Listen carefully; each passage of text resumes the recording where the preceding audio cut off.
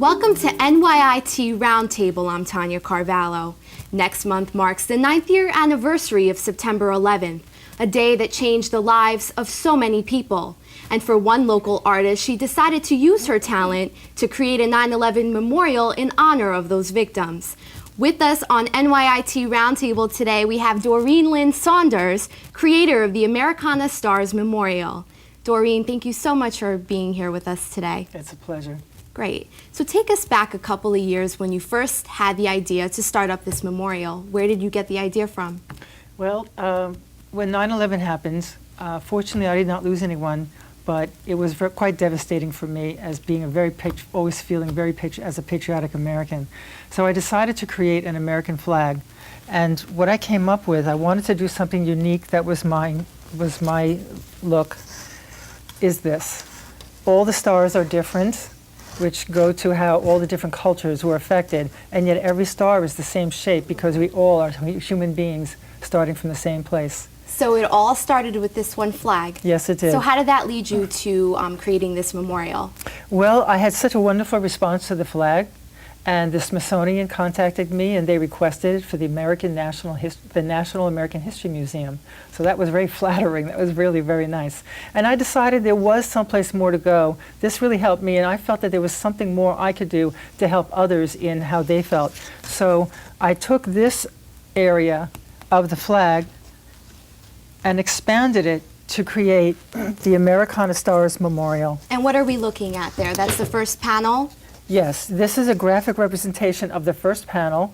There are 50 panels. Each panel is 2.5 by 4 feet in size. And on each panel on all those panels will be over 3,000 stars. Every one of them will be different, one for each victim. Very big. Yes, it is. It's taken a very long time. It's been 8 years already, but a pure joy. Wow. So where do you stand right now with this memorial? Well, about 3,000 stars are completed. We're going to be working on the firemen, police, and Port Authority police stars.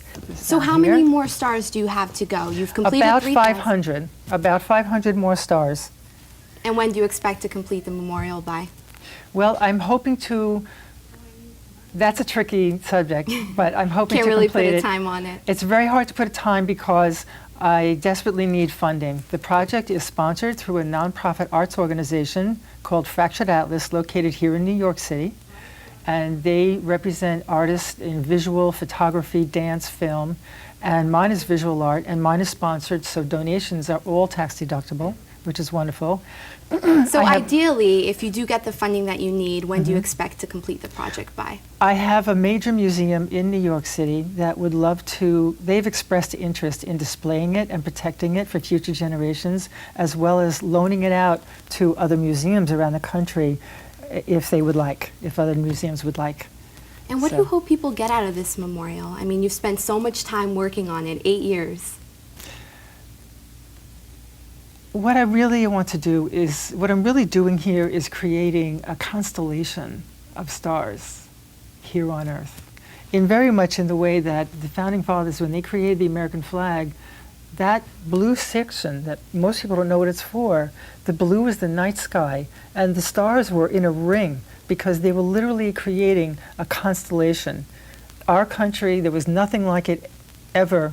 There wasn't anything like it that existed on Earth at that time. And so they were literally creating a new constellation on Earth and in the heavens. And that is what I am looking to do with the Americana Stars Memorial, so that people can be remembered, but they don't have to be sad. They can go, they know it's for 9/11, children can enjoy it without feeling sad, adults don't have to feel sad, they see the names, but they see all the stars. And stars are very much a feeling of positive energy and just very hopeful. I'm sorry. Sorry to interrupt you. I was just going to ask you, how is your memorial different from all the others out there? Because there are several, in tribute to 9/11. Well, a lot of the memorials that I saw are concrete with names etched in, or granite, or steel, or black and white photography. And I wanted something that was more colorful and hopeful and uplifting, so that you could look at the memorial and not be sad, and children and adults could enjoy it together, not just a memorial for one area of people, and another memorial for another. I wanted something that adults and children could enjoy together.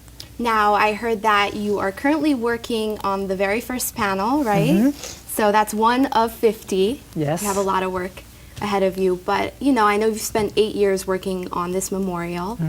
How much time does it take you per day, you know, especially when you were working on the stars? Well, the stars take anywhere from 1 to 3 hours each.